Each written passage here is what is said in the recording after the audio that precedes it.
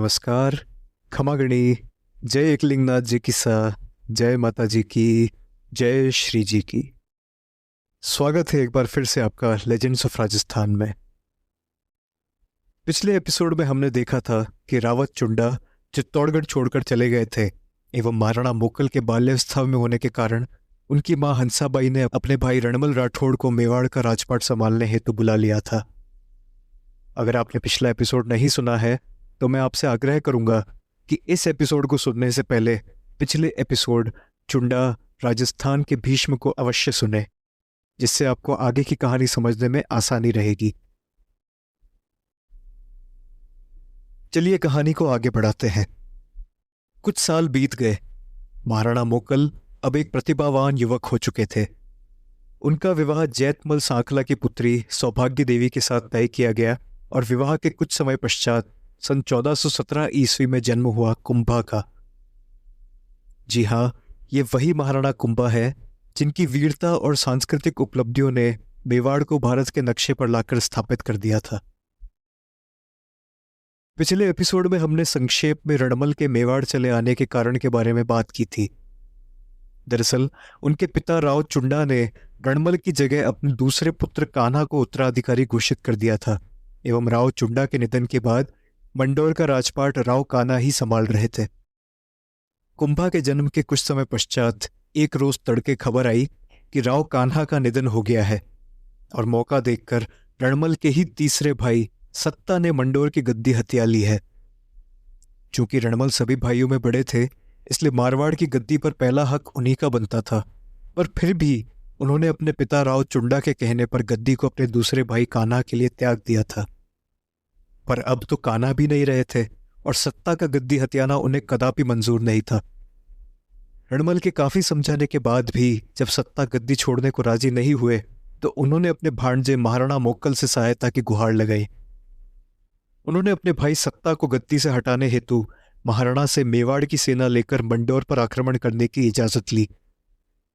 सत्ता भी मोकल के मामा ही थे, पर रणमल के साथ तो उन्होंने अपना पूरा बचपन बिताया था और स्वाभाविक रूप से वे ही चाहते थे। रणमल का मारवाड़ पर कूच करने का यह अभियान सफल रहा और सत्ता को गद्दी से हटाकर उन्होंने मंडोर की सियासत में बड़ा उलटफेर किया। वे मारवाड़ की गद्दी पर बैठने वाले 14वें राव बने, जिसके पश्चात वे चित्तौड़गढ़ की व्यवस्था अपने भांजे महाराणा मोकल के हाथ में सौंप वापस मंडोर लौट गए। महाराणा मोकल ने नागौर, मालवा और गुजरात के सुल्तानों के विरुद्ध कई सैन्य अभियान किए और अद्भुत शौर्य एवं साहस का प्रदर्शन किया। और मोकल के भाग्य में ज्यादा जीवन नहीं लिखा था और कम ही उम्र में उनकी मृत्यु हो गई। यह अनहोनी कैसे घटी, इसके बारे में हम आगे बात करेंगे। मोकल के दादा या महाराणा लाखा के पिता का नाम क्षेत्र सिंह था एवं उन्हें महाराणा खेता के नाम से भी जाना जाता है। उनकी एक दासी थी जो कि पेशे से खातन थी। खाती राजस्थानी भाषा में बढ़ई को कहा जाता है, जो कि लकड़ी का काम करते हैं। खेता और उस खातन के 2 पुत्र हुए जिनका नाम चाचा और मेरा था एवं वे दोनों ही मेवाड़ की सेना में कार्यरत थे। सन 1432 ईस्वी में महाराणा मोकल गुजरात के अहमद शाह के विरुद्ध अभियान का नेतृत्व कर रहे थे। उस समय मेवाड़ की सेना ने वर्तमान राजसमंद जिले में स्थित झीलवाड़ा गांव में पड़ाव डाल रखा था। एक दिन जब मोकल मेवाड़ की सेना की तैयारियों का बंदोबस्त देख रहे थे तो एक वृक्ष को देख उनकी जिज्ञासा उठी और उन्होंने चाचा और मेरा से उस वृक्ष का नाम पूछ लिया, जिसे सुनते ही पास में खड़े बाकी राजपूत हंस पड़े। चाचा और मेरा की मां खातन थी और एक वृक्ष की पहचान एक खाती से अच्छी और कौन कर सकता था। पर भोले मोकल बाकी लोगों के हंसने का कारण नहीं समझ पाए। यह सवाल पूछने के पीछे उनकी कोई हीन भावना नहीं थी। चाचा और मेरा ने महाराणा के सवाल का उत्तर तो दे दिया, पर मन ही मन लज्जित हो उठे। उन्हें लगा कि मोकल ने जानबूझकर सभी लोगों के सामने उनका मजाक बनाया है। धीरे धीरे यह लज्जा क्रोध में बदल गई और दोनों ने समय आने पर महाराणा मोकल से बदला लेने की ठान ली। अब उन्हें इंतजार था तो बस एक सही मौके का, जिसे आने में भी ज्यादा समय नहीं लगा। झीलवाड़ा के बाद मेवाड़ी सेना ने वर्तमान भीलवाड़ा जिले में स्थित बागौर गांव में पड़ाव डाला। रात के समय जब महाराणा मोकल अपने खेमे में आराम कर रहे थे तो चाचा और मेरा एक तीसरे व्यक्ति महपा पवार के साथ उनके खेमे में घुस आए और उनकी निर्मम रूप से हत्या कर दी। महाराणा की हत्या की खबर सुन पूरे डेरे में कोहराम मच गया। सभी हत्यारों की खोज में जुट गए और चाचा, मेरा और महपा पवार वहां से भागकर मालवा की तरफ स्थित पहाड़ियों में जाकर छुप गए। बाहरी दुश्मनों से घिरे मेवाड़ में एकाएक भीतरी संकट पैदा हो गया। सन 1433 ईस्वी में मोकल की मृत्यु के पश्चात कुंभा को महाराणा बनाया गया, जो कि उस समय 16 वर्ष के थे। जब महाराणा मोकल की हत्या की सूचना मंडोर में राव रणमल को मिली तो उन्होंने आक्रोशित होकर अपनी पाग उतारकर जमीन पर फेंक दी। उन्होंने प्रण लिया कि जब तक उनके भांजे के हत्यारों को दंड नहीं दे देते तब तक वे पाग धारण नहीं करेंगे और तुरंत चित्तौड़गढ़ की ओर कूच किया। मेवाड़ आने के पश्चात उन्होंने जगह जगह छापेमारी शुरू की। आखिरकार मेवाड़ के गमेती भीलों की मदद से रणमल ने चाचा और मेरा का पता लगाया और दोनों को मौत के घाट उतार अपने प्रण की पूर्ति की। महपा पवार और चाचा का पुत्र इक्का वहां से भागने में सफल रहे और मालवा के बादशाह महमूद की शरण में मांडू चले गए। महाराणा मोकल की हत्या का यह प्रकरण मेवाड़ की राजनीति में एक बड़ा उलटफेर साबित हुआ। कुंभा अभी नए नए महाराणा बने थे और उनकी राजपाट में सहायता करने हेतु रणमल मेवाड़ में ही रुक गए। अपने भाणजे मोकल के साथ हुए हादसे के चलते रणमल ने मारवाड़ से अपने पुत्र जोधा और अन्य करीबियों को बुलाकर उन्हें मेवाड़ की प्रशासनिक व्यवस्था में ऊंचे पदों पर बिठा दिया एवं कई जागीरें राठौड़ों के नाम कर दी। रणमल के इन सभी फैसलों के चलते मेवाड़ में उनका वर्चस्व सिर चढ़कर बोलने लगा। स्वाभाविक तौर पर राठौड़ों का मेवाड़ की सत्ता में यह हस्तक्षेप सिसोदियों को फूटी आंख नहीं सुहा रहा था और मेवाड़ में गुटबाजी चालू हो गई।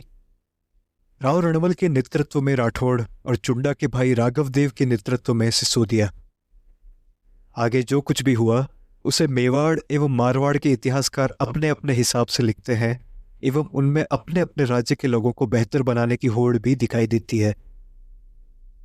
असलियत में उस समय क्या घटा होगा, लोगों की मानसिकता किस प्रकार रही होगी, इन सब चीजों के बारे में हमें पुख्ता जानकारी ना होने की वजह से हम आगे घटित वाक्यों की गहराई में ना जाएं तो ही अच्छा होगा।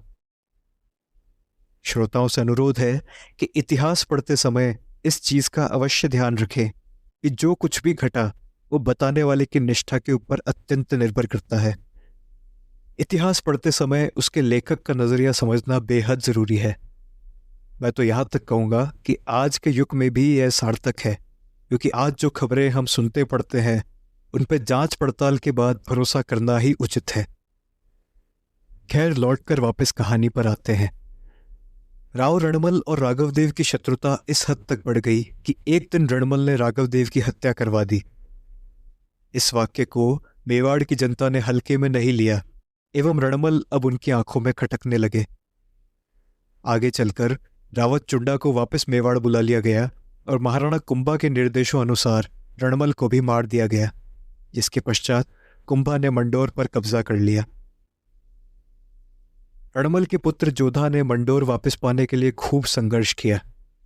अंत में जिन हंसाबाई के नारियल से इस पूरे प्रकरण की शुरुआत हुई थी, उन्हीं हंसाबाई ने महाराणा कुंभा से आग्रह किया कि वे मंडोर वापस जोधा को सौंप दे। कुंभा ने भी अपनी दादी की इच्छा का मान रखा और मेवाड़ मारवाड़ के बीच आवड़ बावड़ की संधि हुई, जिसके अनुसार ही मेवाड़ और मारवाड़ की सीमाओं का निर्देशन किया गया।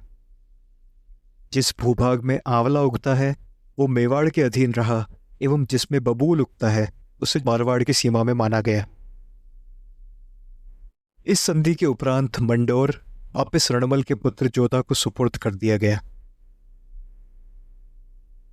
जरूर यह वाकया दोनों राज्यों के इतिहास पर किसी काले धब्बे से कम नहीं है।